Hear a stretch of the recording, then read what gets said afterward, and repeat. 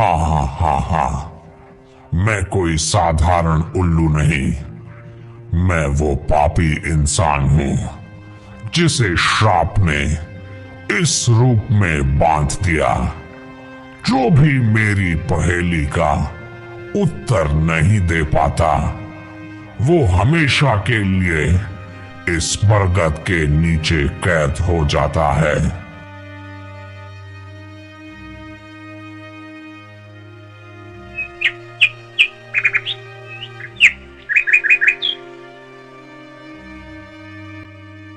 अरे ओ भाई सुनो, आज फिर वो बरगद वाले उल्लू की हू हू गूंजी। रात भर बीवी ने सोने नहीं दिया। कहती थी ये उल्लू साधारण नहीं है। हंसी मजाक मत कर रे। बुजुर्ग कहते हैं ये उल्लू पहले इंसान था। किसी पंडित ने श्राप दिया था, तभी से वो रात में इस बरगद पर आता है। अरे अगर इंसान था तो दिन में क्यों नहीं आता? और अगर उल्लू है तो इतना बड़ा क्यों है? मैंने अपनी आंखों से देखा है, उसकी पंख फड़फड़ाते ही हवा चलने लगती है। हाँ हाँ, हम सब ने भी देखा। औरतें कहती हैं उसकी आंखें अंगारों जैसी जलती हैं। सब लोग डरते हुए खुसर पुसर करने लगते हैं। तभी पास खड़ा बच्चा कन्हैया हंसते हुए बोल उठता है, अगर इतना ही डर है तो क्यों न जाकर देख लो। रात को सब मिलकर बैठना उस बरगद के नीचे, सच झूठ पता चल जाएगा। चुप कर बदमाश, जान बची तो लाखों पाएंगे। वो उल्लू साधारण नहीं, श्रापित है। जिसने भी उससे बात की वो या तो पागल हो गया या गायब। भीड़ में खामोशी छा जाती है। अचानक दूर से उल्लू की हू आवाज गूंजती है। सबकी रूह कांप उठती है। रात का समय, बरगदपुर गांव में सन्नाटा। चांद की हल्की रोशनी फैली हुई है। गांव के कुछ लोग हिम्मत करके बरगद के पेड़ के नीचे पहुंचते हैं। देखो भाई, मैंने तो कहा था मजाक अलग चीज है, पर रात को यहाँ आना बहुत बड़ा खतरा है। रामलाल, डर गया क्या? अब तो आ ही गए हैं। पीछे हटे तो लोग कहेंगे गांव के मर्द डरपोक है। चुपचाप सब बैठ जाओ, शोर मत करो। अगर सच में उल्लू है तो खुद सामने आएगा। सब लोग बरगद के नीचे बैठ जाते हैं। हवा अचानक ठंडी होने लगती है। चारों ओर अजीब सा सन्नाटा छा जाता है। तभी ऊपर से भारी पंखों की आवाज गूंजती है।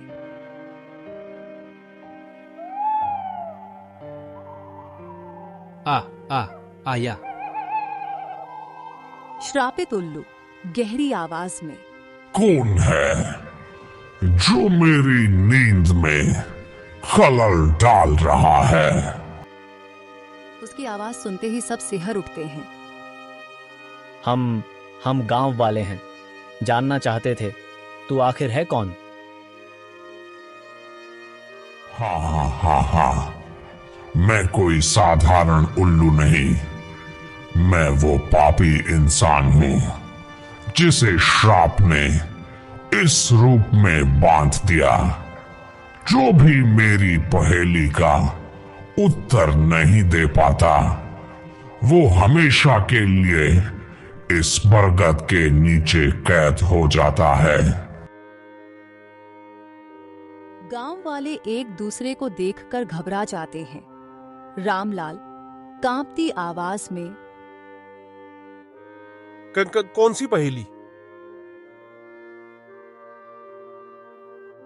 सुनो, अगर उत्तर दिया तो तुम सब सुरक्षित घर जाओगे, वरना तुम्हारी हड्डियां भी इस बरगद की जड़ों में मिल जाएंगी।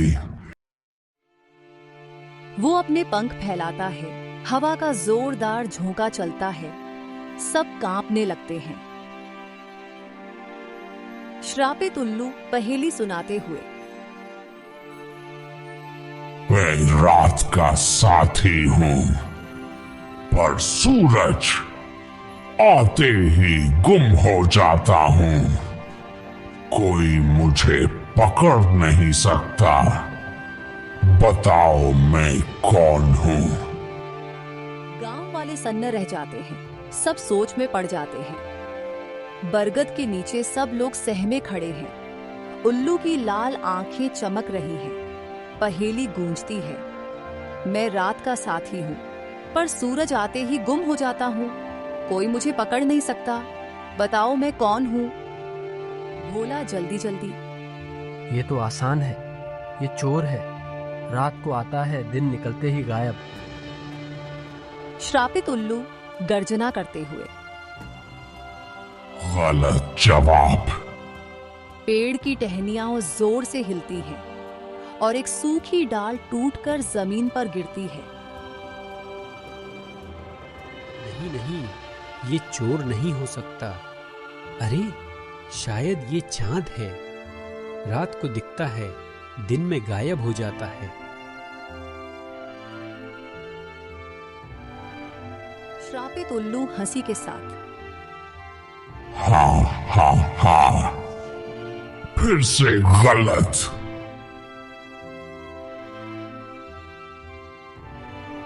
अचानक जमीन से धूल का बवंडर उठता है और पास रखी लाठी अपने आप हवा में उठकर गिर जाती है।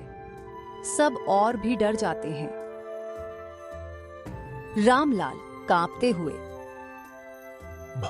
भाई, अब तो मेरी जान निकल जाएगी। रुको, उल्लू ने कहा, कोई मुझे पकड़ नहीं सकता। चांद तो दिखाई देता है, चोर को पकड़ा भी जा सकता है, लेकिन जो सचमुच पकड़ में ना आए और रात का साथी हो। भोला जल्दी बोलता है। अरे सपना! गंगू हाथ उठाकर रोकते हुए। नहीं भोला, सपना कभी कभी दिन में भी आता है। बात कुछ और है। गंगू आंखें बंद करके सोचता है। सबकी निगाहें उसी पर टिकी हैं। उत्तर है परछाई। परछाई रात को चांदनी और रोशनी में दिखती है, लेकिन सूरज के तेज होते ही गायब हो जाती है और कोई भी उसे पकड़ नहीं सकता। सन्नाटा छा जाता है। सबकी सांसें थम जाती हैं। उल्लू की आंखें और भी लाल हो जाती हैं। कुछ पल रुककर वह जोर से पंख फैलाता है। तुमने सही कहा। गांव वाले चैन की सांस लेते हैं, लेकिन तभी उल्लू की आवाज फिर गूंजती है। लेकिन एक पहेली का उत्तर ही काफी नहीं। श्राप तोड़ने के लिए तुम्हें मेरा अतीत जानना होगा, और वो जानने के लिए तुम्हें और भी गहरी कीमत चुकानी पड़ेगी। गांव वाले हैरानी से एक दूसरे को देखते हैं। बरगद के नीचे हवा और भी ठंडी हो जाती है। माहौल भारी रहस्यमयी हो उठता है।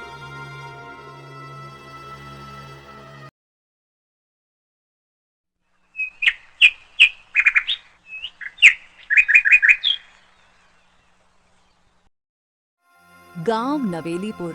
सुबह का समय। सूरज की रोशनी गांव में फैली है, लेकिन लोगों के चेहरों पर रात का डर अब भी साफ दिख रहा है।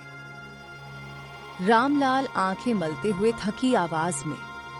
भाई, रात तो काट ली किसी तरह, पर नींद आंखों को छू तक न सकी। सच कह रहा है तू। दिन में भी दिल कांप रहा है। खेतों में पानी सूख रहा है, फसल झुलस रही है। लगता है श्राप ने पकड़ लिया है। औरतें भी डरी हुई हैं। बच्चों को बाहर खेलने तक नहीं भेज पा रही। सूरज तो निकला है, पर गांव पर जैसे अंधेरा छाया हो।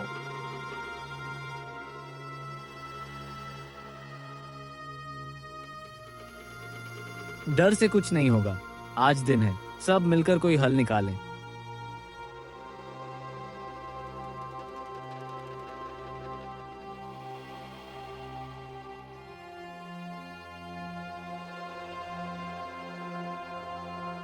बरगद के नीचे अंधेरा और गहरा हो चुका है। चारों तरफ सन्नाटा है। अचानक उल्लू की आवाज भारी हो जाती है।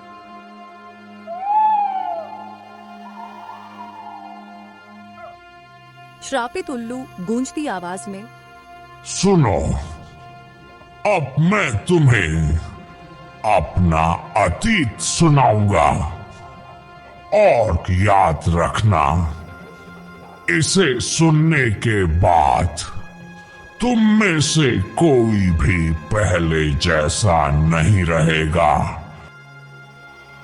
गांव वाले सहमा कर खड़े रहते हैं। सदियों पहले मैं भी तुम्हारी तरह एक इंसान था। नाम था चंद्रभान।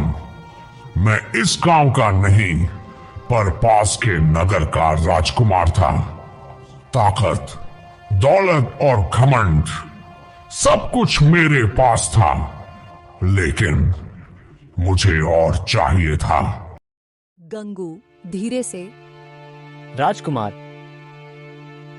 हाँ, राजकुमार, जिसे विद्या और साधना में कोई नहीं हरा सकता था।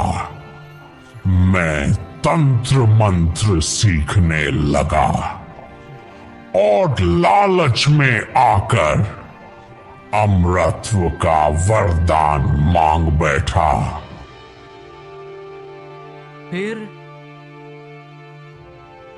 फिर मेरे गुरुदेव ने चेतावनी दी थी,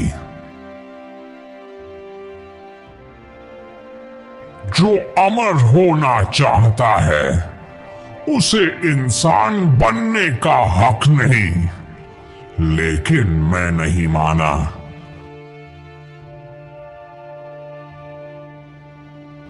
मैंने एक रात काला यज्ञ किया और उस यज्ञ में बल देनी थी।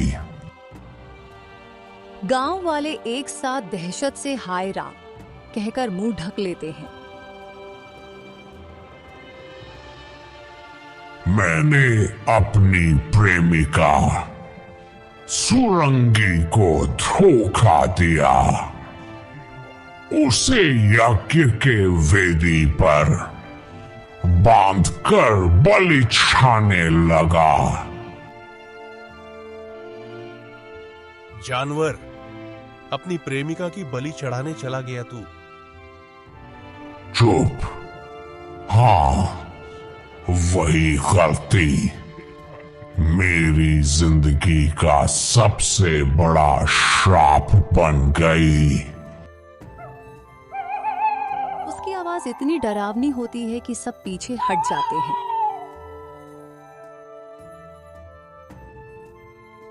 सुरंगी के आखिरी शब्द थे, तू इंसान कहलाने लायक नहीं है। तू रात का जीव बनेगा जिसे सब मनहूस समझेंगे। तुझे कभी चैन की नींद नहीं आएगी। तू उल्लू बनेगा, श्रापित उल्लू।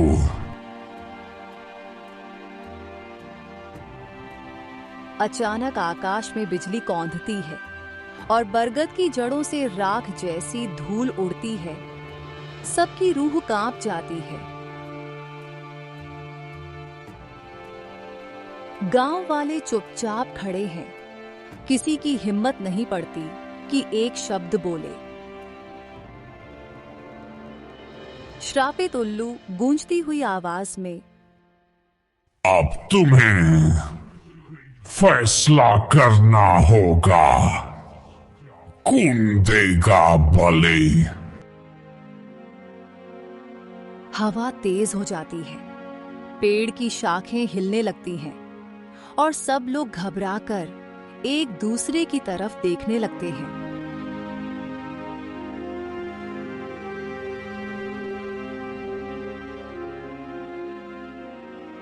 कहो, कौन देगा बलि?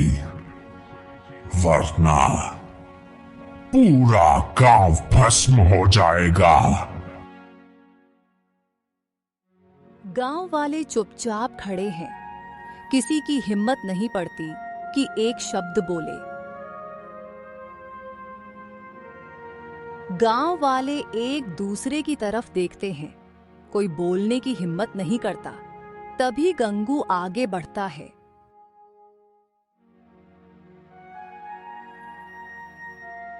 सुन, ओ उल्लू महाराज, बलि का जिक्र बार बार क्यों कर रहा है? तेरे श्राप का इलाज बलि में नहीं, सच्चाई में छुपा है। हा हा हा, मूर्ख गंवार, सच्चाई से श्राप नहीं टूटते, बलि से टूटते हैं। तो फिर पहेली हल कर ले। अगर मैं तेरी पहेली बुझा दूं तो तू मान लेगा कि बलि की जरूरत नहीं। गांव वाले चौंक जाते हैं। भोला गंगू के कान में फुसफुसाता है।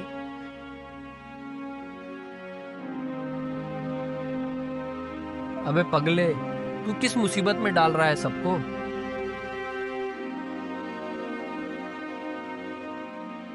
चुप रह भोला, यही एक रास्ता है। श्रापित उल्लू थोड़ा ठहरता है। उसकी आंखें सिकुड़ जाती हैं। ठीक है, अगर तू मेरी पहेली बुझा ले तो मैं अपना श्राप खुद तोड़ दूंगा, लेकिन अगर न बुझा पाया तो तेरी बलि दूंगा। सन्नाटा छा जाता है। सबकी धड़कनें तेज हो जाती हैं। श्रापित उल्लू भारी आवाज में, मेरी पहेली सुन। आंख नहीं, फिर भी जलाती हूँ। पंख नहीं, फिर भी उड़ जाती हूँ। पकड़ना चाहे तो मिलूं न कभी। बताओ मैं कौन?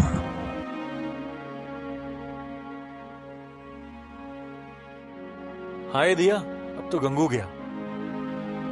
गंगू अचानक मुस्कुराता है। जवाब है सोच। सोच आग जैसी जलाती है, पंख बिना उड़ती है और पकड़ना चाहे तो मिलती नहीं।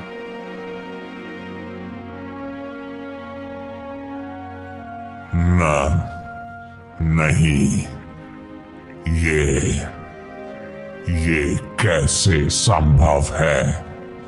सदियों में पहली बार किसी ने मेरी पहेली बुझाई है। आकाश में बिजली कौंधती है। अचानक उल्लू का शरीर कांपने लगता है और धीरे धीरे वह इंसानी रूप में बदलने लगता है। सब दंग रह जाते हैं। एक बूढ़ा राजकुमार सा आदमी उनके सामने खड़ा है। धन्य हो, आज मुझे मुक्ति मिली। अब मैं सुरंगी के पास जा सकता हूं। अब मुझे बलि नहीं चाहिए। इतना कहकर उसका शरीर हवा में विलीन हो जाता है। बरगद का पेड़ शांत हो जाता है। हवा थम जाती है। चांदनी बरगद पर ऐसे गिरती है जैसे सदियों बाद शांति लौट आई हो।